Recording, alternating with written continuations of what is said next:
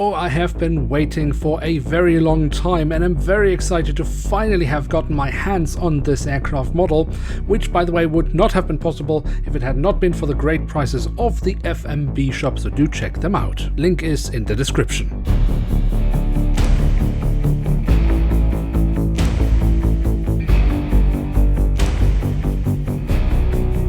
Well, hello there and welcome to a new episode of Review, where we today will take a closer look at a Boeing 737-700 of Scandinavian Airlines. At the front of the box we have a cutout so we can get a glimpse of the aircraft model inside, and on top of the box we have the SAS branding. The backside of the box then again gives us another cutout. Unfortunately, I mean, I've talked about this box design many times, it just doesn't get any better, but Herpa doesn't care. So the only thing of interest here is simply the fact that this model is a limited edition.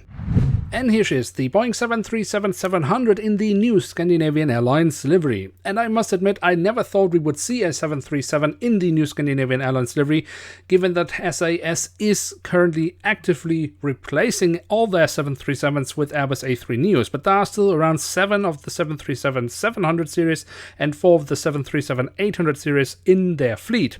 And luckily, at least one of them have been repainted in this beautiful new livery. But can the aircraft model live up to our expectations? Well, we will find out by taking a closer look, and we start off our tour with a look at the tail section, where we on the vertical stabilizer have the SAS branding. On the fuselage we then have the full registration code of the aircraft and the highly simplified versions of the 3 Scandinavian flags, so the Norwegian, Swedish and Danish flag. Towards the very tail of the aircraft we then also have a bit of detailing around the APU exhaust. At the front of the aircraft and across the fuselage we then have the writing of SAS, and we also find some static ports. Of course, we also have a Starlines logo, of which SAS is a founding member, and underneath the cockpit windows we then again have the simplified 3 Scandinavian flags and the name of the aircraft. The cockpit section itself then also offers us the cockpit windows with a lovely black mask around them, and of course also the window wipers, giving the aircraft a rather nice look. And also Herpa is usually rather good with their 737 molds, so the nose shape here being pretty much on point. Then we find the engine nacelles that have mostly been kept in the grey color we also find on the fuselage, but do have this lovely blue ring. I think that's a nice little detail in the livery. And of course we also have the silver leading edge printed on, as well as some safety relevant markings and the Scandinavian writing. So a job well done here from Herpa. And also when we look at the physical detailing of the engines, I think Herpa has done a fairly decent job with that, especially also here where we look into the engines and can see the engine fan blades. On the fuselage, just above the wings, we then find the emergency exit has been printed on, and that leads us straight to the wings, which we should also take a closer look at, starting off with the top side, where we have the different flap slats and spoilers carved out very nicely, and we do also have the markings for the emergency exit printed on. Very lovely. The underside of the wings offers us some more nice physical detailing, and also the full registration code of the aircraft once more. And then we of course also have these winglets, which I think also look great with the Scandinavian Airlines branding, but my personal highlight on the wings are the additional landing lights, something we very rarely see with Herpa Wings. Even with Herpa Wings Club models, that is not a standard detail, so I'm very happy they have added it here, and they should definitely do that as a standard going forward. God knows we are paying for it tenfold these days. Then when we take a quick look at the landing gear, we can see that is a standard landing gear that Herpa uses for all their 737 aircraft models.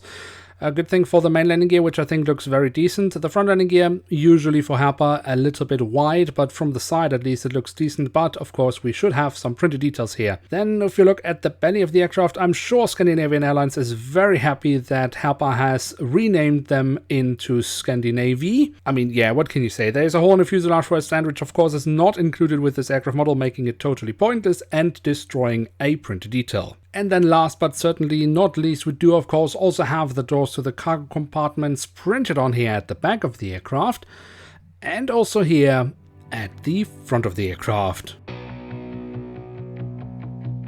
So there we have it, the Boeing 737-700 in the new Scandinavian Airlines livery from Herpa Wings in scale 1 to 500, and what can we say about this aircraft model? Personally, I must admit that the new Scandinavian Airlines livery has grown on me quite a bit, and when we then combine that with the very good 737 mold of Herpa Wings, well, we have a great combination. Yes, of course, the front landing gear should be a little bit more nimble, and a Herpa model wouldn't be a Herpa model if there isn't a little bit of Herpa nonsense, so destroying a printed detail for a hole, that is just completely unnecessary.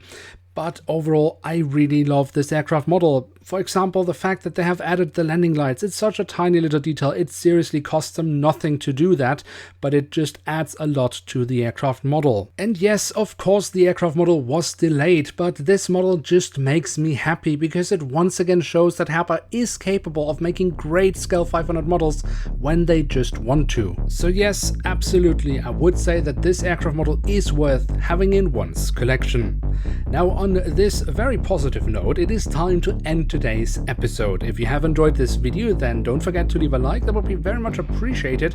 And of course, if you are new around here, why not hit subscribe? That would be absolutely awesome. With that, I'd like to say thank you very much for watching. Hope to see you soon again. I'm checking out, and bye.